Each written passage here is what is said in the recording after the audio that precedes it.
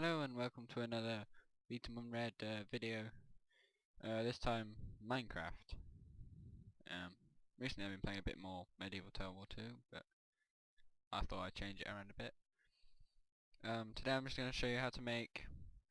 It's essentially just a fence that moves when you press a button, so it will enable you to get from one side to the other, and then when you're at the other side, it will reactivate and come back up, as demonstrated here. It's taken me a while to figure out what I'm doing, but it really is pretty simple when you get down to it. Although I say that, I could just completely muck this up. I kind of hope I don't. So first you're going to need to create um, I'd say 4 blocks. It can be as many as you want really, but it's best to have around this much.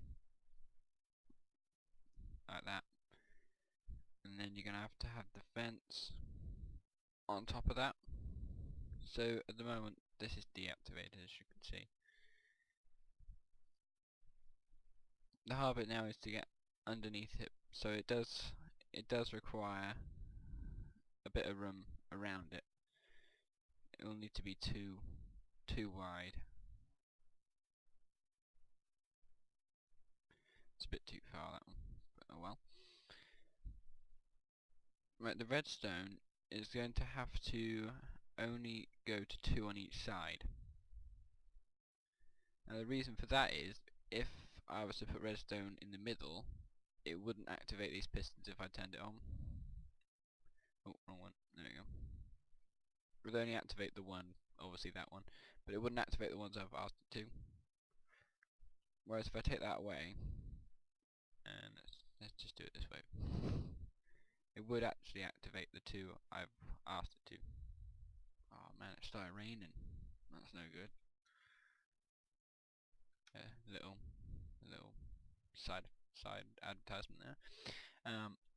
And then just for the other side, you need to do basically the same thing, but instead for the other 2 pistons. Just because that way, I mean, I can activate all of them at once. But this time, you have to make the redstone go a bit wider, because if I put it there, again it will not activate that one, so it has to go around a bit more. Take that away.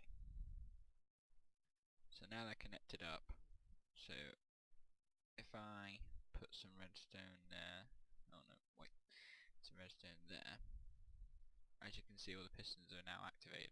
So that would be what it was like when when it's constantly on.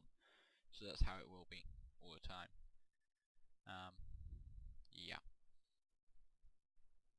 So now the difference is you've got to create a way in which you can create it so it's always on, and when you push the button you turn it off. And for this you're going to have to create a I can't remember what gate it is, what gate it's called. Rubbish for that kind of thing. But basically now, you see this is always going to be activated by this, but as soon as I use this button, it will turn this on, which will turn this off, which will deactivate all these, so these will sink into the ground. Then as soon as this activates, this will turn off, this will turn back on, and it will come back up. There we go, like that.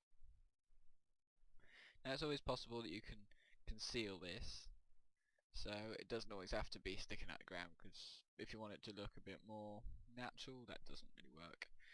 So you could always just come into here and make this whole thing go along the ground underneath somewhere, and then just come back to the surface for the button. But for example, now I'll show you a working example, which I've made pretty dull names. I apologise. Oh, new update. So as you can see, this goes underneath the ground, and then it enables you to go inside here, and it will shut it. So if you want, you can get on the horse, and then you want to leave, you just do that on the other side, and you can come back out, and put your horse away again. But I use it for that because it's almost like a stable. So there we go. There's a nice little redstone invention, whatever you want to call it, a self-moving gate. There we go. That's what it's called.